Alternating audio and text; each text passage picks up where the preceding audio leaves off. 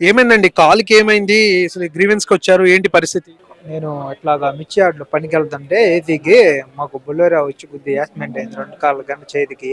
అప్పుడు దాని నుంచి మేము సదరన్ సర్టిఫికేట్‌కి అప్లై చేస్తుంటే అయిద్ది, అయిద్ది అని అంటున్నారు. ఇప్పుడు ఎళ్లి మళ్ళీ అడిగితే వచ్చే నెల 1 తారీఖు, 2 తారీఖులో అప్లై చేసుకోవాలమ్మా. అప్పుడు సచివాలయంలోకెళ్ళి అప్లై చేసుకుంటే డాక్టర్ గారి కాడికి తీసుకొని వెళ్ళాలి.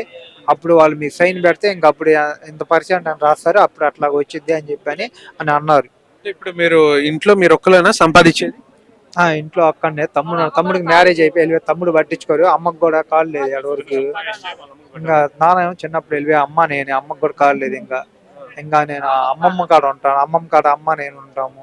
సో, ఇప్పుడు మిమ్మల్ని కూడా ఒకళ్ళు చూసుకోవాల్సిన పరిస్థితి. అవును అవును మమ్మల్ని కూడా అమ్మ చూసుకోవాలి. అమ్మమ్మ చూసుకోవాలి.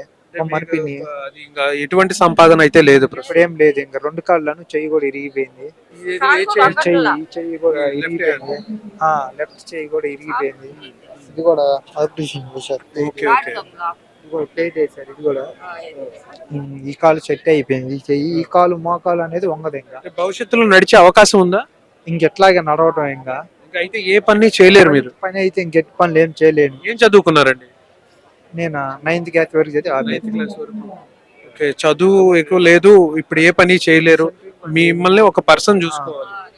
మరి ఏమన్నారు? అధికారులను కలిసారా? పెన్షన్ వస్తుందన్నారా? కలిసాము. వచ్చే నెలలో పడుతుంది.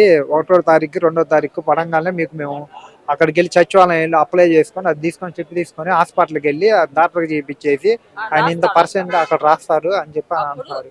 అప్పుడు ఇంక వాళ్ళు చేస్తాము దాన్ని బట్టి అని అంటున్నారు. పట్టించుకోవట్లేదు. అప్పటి వరకు ఏం పట్టించుకోవట్లేదు. ఇప్పుడు మేము 3 సార్లు పెట్టాము. సచివాలయం కూడా వెళ్ళాము. 2 మంత్కి ఒకసారి వెళ్తా ఉన్నాం సచివాలయం. ఆడ ఎప్పుడు అడిగినా కానీ పట్టించుకోవట్లేదు. పడిద్దే ఇదిగో ఇదిగో అంటున్నారు. మేము వెళ్ళంగానే 2 ముగ్గురికి ఇచ్చేస్తున్నారు. స్లిప్ అయిపోయినాయి అమ్మా పెందలాలు రావాలన్నారు. వెళ్ళినా కానీ అంతే పట్టించుకోవట్లేదు. అది ఆ Madhavi madam MLA Madhavi madam గారు అప్పుడు వచ్చి మాకు ఒకసారి వచ్చి చూశారు కాలనీ. చూసి మామూలు బంగారు పథకం అని చెప్పని రాస్తాం దాంట్లో పేరు రాసుకోండి అది ఇది అని చెప్పేసి వెళ్ళిపోయారు మేడం గారు. ఇంకంతే. ఏ ఊరండి? మాది ఐసింగ్ బోర్డు పక్కన నల్లగొంట 12 లైన్ మాది. ఇక్కడ నుంచి ఎంత దూరం? ఇక్కడ నుంచి ఒక 2 కిలోమీటర్లు ఉండిద్ది. 3 కిలోమీటర్లు ఉండిద్ది. నల్లగొంట 12 లైన్ నీలంపాటి అమ్మవారి టెంపుల్ బెమ్మంగారు గుడి టెంపుల్ అక్కడ 2 టెంపుల్ ఉంటాయి. Saibaba temple icing board. ఇప్పుడు అయితే పరిస్థితి రేపు వచ్చే నెల నుంచి వస్తుంది అన్నారు. వచ్చే నెల నుంచి అప్లై చేస్తే చూసి దాన్ని బట్టి సర్టిఫికేట్ కావాలంటున్నారు. వాళ్ళు చూసి ఆడ సంతకం పెడితే ఇంకా దాన్ని బట్టి మేము ఓకే చేస్తామమ్మా అని చెప్పి అన్నారు. ఇప్పుడు మీకు వచ్చేది కేవలం పెన్షన్ మీదే మీరు బతకాల్సి ఉంటుంది. పింఛన్ మీద బతకాలి. ఇంకా మనకు ఏం లేదు. నేను ఎవరికి సెంటరింగ్ పని చేసేవాడిని. పైకి ఎక్కి చేసి మేసేది. నాకు ఈ పరిస్థితి వచ్చింది. మాకు ఎవరు లేరు చూసేవాళ్ళు. ఇప్పటి వరకు మీరు నేర్చుకున్న పనికి అయితే కాల్ అయితే సరిగ్గా ఉండాలి, లేదంటే పని చేయలేరు. పెళ్ళైందండి? పెళ్ళి ఏం అవ్వలేదు నాకు. సో ఇప్పుడు మిమ్మల్ని మీ అమ్మమ్మ గారు చూసుకుంటున్నారు. అమ్మమ్మ చూసుకుంటుంది మమ్మల్ని. అమ్మనే నన్ను అమ్మమ్మ చూసుకుంటుంది.